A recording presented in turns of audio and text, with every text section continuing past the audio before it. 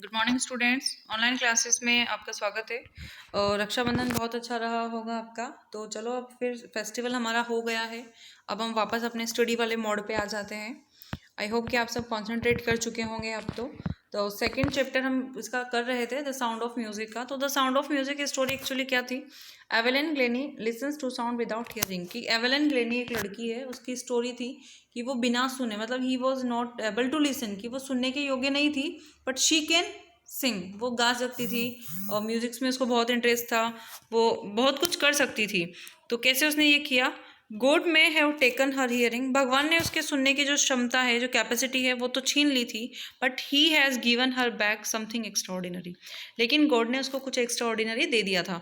ये we have already studied, हम इसको पहले पढ़ चुके हैं, बट मैं इसको इसलिए कंटिन्यू कर रही हूँ ताकि आपको थोड़ा सा ईजी रहेगा। What we hear she feels, हम क्या सुनते हैं वो महसूस कर सकती है। Far more deeply than any of us, हम सबसे हम सबकी अपेक्षा काफ़ी गहराई से डीपली वो उसको अंडरस्टैंड कर सकती है। That is why she expresses music so beautifully, इसीलिए वो जो लड़की है एवेलिन ग्लेनी, वो बहुत ही सुंदर तरीके से म्यूजिक को एक्सप्रेस करती है, व्यक्त करती है। Read the following account of a person who fought against a physical disability and made her life a successful story. हम एक ऐसी लड़की की स्टोरी पढ़ रहे हैं जो फिजिकली डिसेबल है। Physically she was not able कि वो कुछ कर सकती है, वो कहीं जा सकती है, नहीं कर सकती है, but after this physical disability, इस फिजिकल शारीरिक अयोग्यता के बाद भी वो बहुत कुछ करती है लाइफ में और सक्सेस हो जाती है।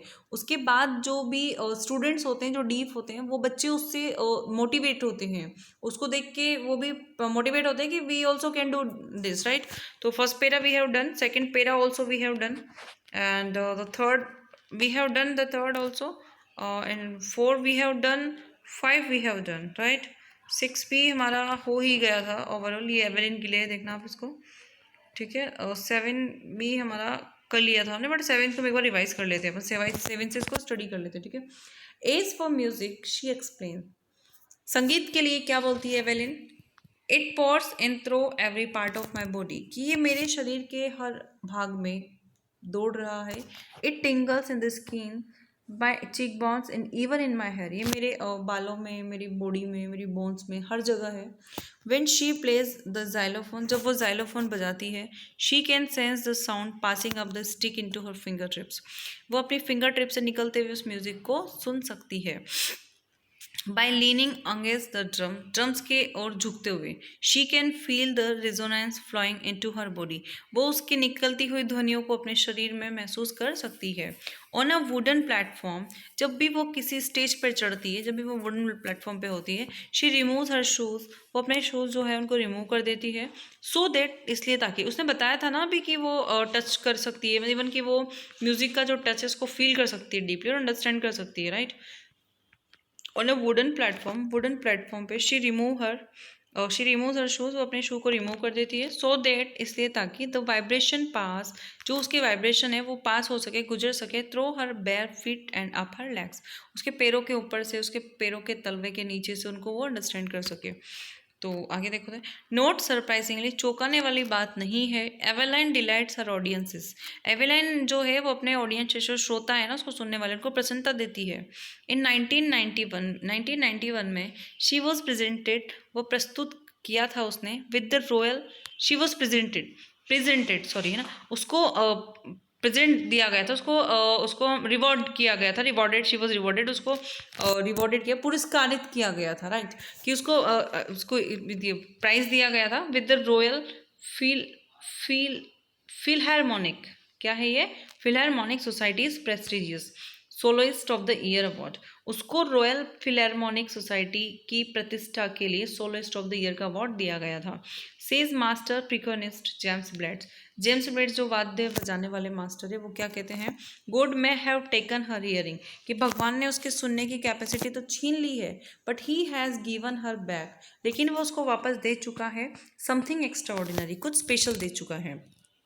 वोट वी हियर, हम क्या सुनते हैं? शी फील्स, वो महसूस कर सकती है, जो हम सुनते हैं उसको वो क्या कर सकती है? महसूस कर सकती है। Far more deeply than any of us, हम सब की अपेक्षा कहीं गहराई से।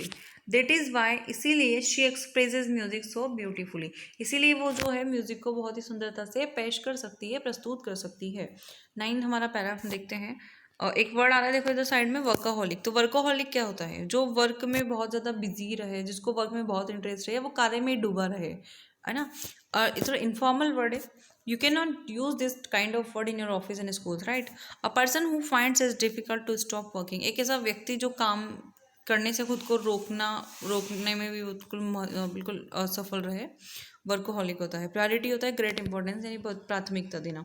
एवेलाइन कन्फेसेस दैट, एवेलाइन मानती है कि she is something of a workaholic, कि वो थोड़ी सी वर्काहॉलिक है। वर्कोहॉलिक यानी कि उसको काम करने का बहुत शौक है, काम में डूबी रहती है। I have just got to work, मैं काम पे जा चुकी हूँ या मैं इस काम को इतना मानती हूँ। Often harder than classical musicians, classical musicians की अपेक्षा भी मैं ज़्यादा काम करना चाहती हूँ।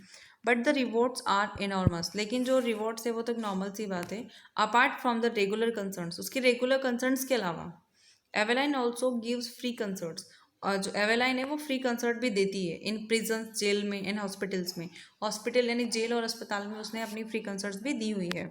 She also gives high priority to classes for young musicians, she also gives, वो देती है हाई प्रायोरिटी, अत्यधिक प्राथमिकता देती है, to classes for young musicians, की जितने भी यंग म्यूजिशियन हैं उनको तो वो फर्स्ट प्रायोरिटी देती है। एन रिचलिन एक नेम है किसी का, Ann Richlin of the Beethoven Fund, Beethoven Fund की जो एन रिचलिन है, of the Beethoven Fund for deaf childrens, बहरे बच्चों के लिए, डीप चिल्ड्रंस के लिए जो एक फंड है, उसकी जो एक लेडी है एन रिचलिन, वो क्या कहती है? She is a shining inspiration for deep children, कि वो तो क्या है, जो बहरे बच्चे हैं, जो डीप बच्चे हैं, उनके लिए क्या है? शाइनिंग इंस्पिरेशन, चमकता हुआ एक मोटिवेशन, एक प्रेरणा स्रोत है।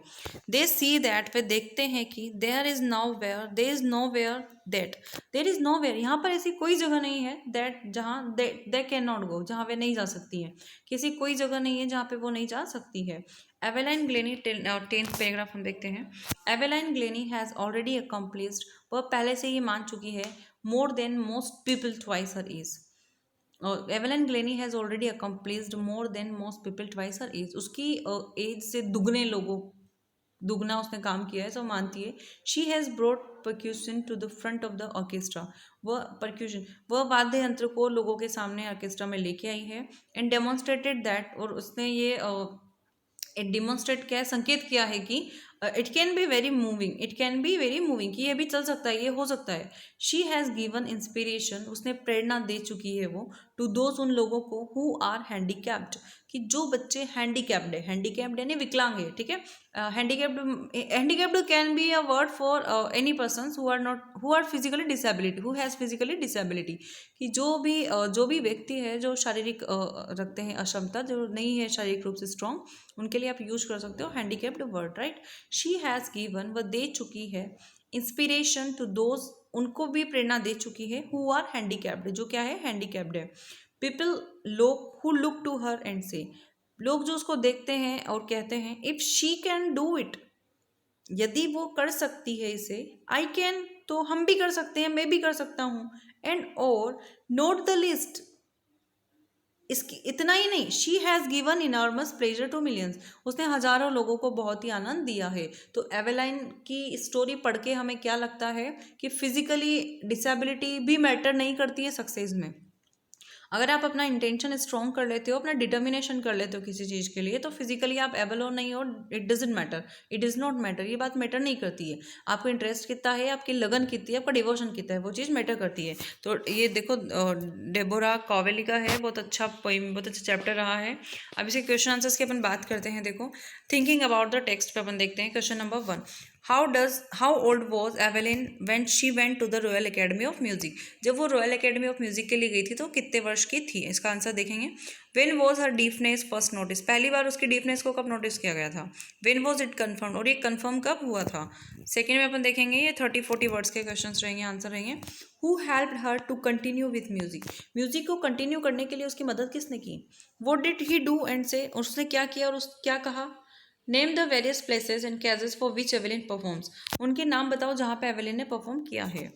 How does Evelyn here music, वो म्यूजिक को कैसे सुनती थी? तो सारे क्वेश्चंस के आंसर हमें करने हैं। मैं आपको इसका एक PDF दे दूंगी, आप उससे क्वेश्चन आंसर्स करना। फिर भी कोई डाउट्स आते हैं, you can ask me, right. And thank you so much. We will start our next chapter the shehnai of Bismillah Khan.